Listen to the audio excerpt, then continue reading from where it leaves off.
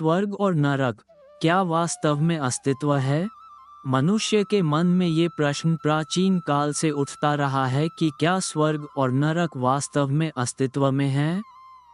विभिन्न धर्मों, पौराणिक ग्रंथों और दर्शन में इस विषय पर गहराई से चर्चा की गई है। हिंदू धर्म, बौद्ध धर्म, जैन धर्म, इस्लाम, ईसाई धर्म और अन्य कई आध्यात्मिक परंपराएं स्वर्ग और नरक की अवधारणा को स्वीकार करती हैं, लेकिन इनके स्वरूप, अर्थ और अस्तित्व को लेकर विभिन्न मत हैं। आइए इस विषय पर विस्तार से चर्चा करें। 1. स्वर्ग और नरक की अवधारणा। स्वर्ग और नरक की धारणा मुख्यतः नैतिकता, पुनर्जन्म, कर्म और आत्मा के मोक्ष से जुड़ी हुई है। इसे हम इस प्रकार समझ सकते हैं। स्वर्ग एक ऐसा स्थान जहां पुण्य आत्माएं सुख, आनंद और दिव्य जीवन व्यतीत करती हैं। इसे सुखद अनुभवों और ईश्वर के समीप रहने का स्थान माना जाता है। नरक एक ऐसा स्थान जहां पापी आत्माओं को उनके कर्मों के अनुसार दंड दिया जाता है। इसे कष्ट और यातनाओं का स्थान माना गया है। 2. हिंदू धर्म में स्वर्ग और नरक। हिंदू धर्म में स्वर्ग और नरक का उल्लेख वेदों, उपनिषदों, महाभारत, रामायण और पुराणों में मिलता है। हिंदू ग्रंथों के अनुसार मनुष्य के कर्मों के आधार पर उसे स्वर्ग या नरक में स्थान मिलता है। स्वर्ग हिंदू धर्म में स्वर्ग को देवलोक कहा गया है, जहां इंद्र देव का शासन होता है। यहाँ अप्सराएं, दिव्य सुख, अमृत और आनंद की प्राप्ति होती है।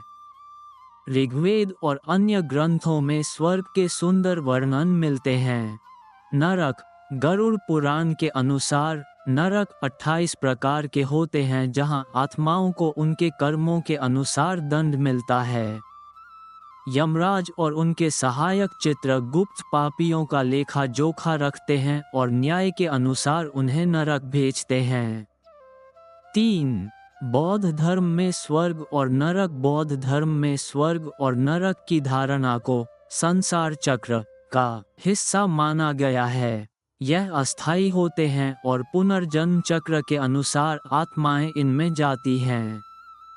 स्वर्ग सुगति, यहाँ अच्छे कर्म करने वालों को पुनर्जन्म मिलता है, लेकिन ये स्थायी नहीं होता। नरक दुर्गति, इसे नरक लोक कहा गया है, जहाँ आत्माएं अपने कर्मों के अनुसार कष्ट सहती हैं। 4. जैन धर्म में स्वर्ग और नरक। जैन धर्म में भी स्वर्ग और नरक की अवधारणा मिलती है। स्वर्ग यहाँ आत्माएं अपने पुण्य कर्मों के आधार पर जन्म लेती हैं। ये स्थायी नहीं होता। नरक यहाँ पापी आत्माओं को उनके दुष्कर्मों के अनुसार कष्ट सहना पड़ता है। 5. इस्लाम में स्वर्ग और नरक। इस्लाम में स्वर्ग जन्नत और नरक जहन्नम का स्पष्ट उल्लेख है। कुरान के अनुसार जन्नत यहाँ अच्छे कर्म करने वालों को अल्लाह की कृपा प्राप्त होती है। यह आनंद, सुख और आध्यात्मिक संतोष का स्थान है। जहन्नम पापियों को यहाँ दंड मिलता है। ये कष्टों और यातनाओं का स्थान है। 6. ईसाई धर्म में स्वर्ग और नरक। बाइबल में भी स्वर्ग और नरक की चर्चा की गई है। स्वर्ग ईश्वर के समीप, स्वर्ग में अच्छे आत्माओं को स्थान मिलता है। नरक पापी आत्माओं को यहाँ दंड भुगतना पड़ता है। 7. वैज्ञानिक दृष्टिकोण। वैज्ञानिक दृष्टि से देखें तो स्वर्ग और नरक को भौतिक रूप में प्रमाणित नहीं किया जा सकता। यह एक आध्यात्मिक और दार्शनिक अवधारणा है। 8.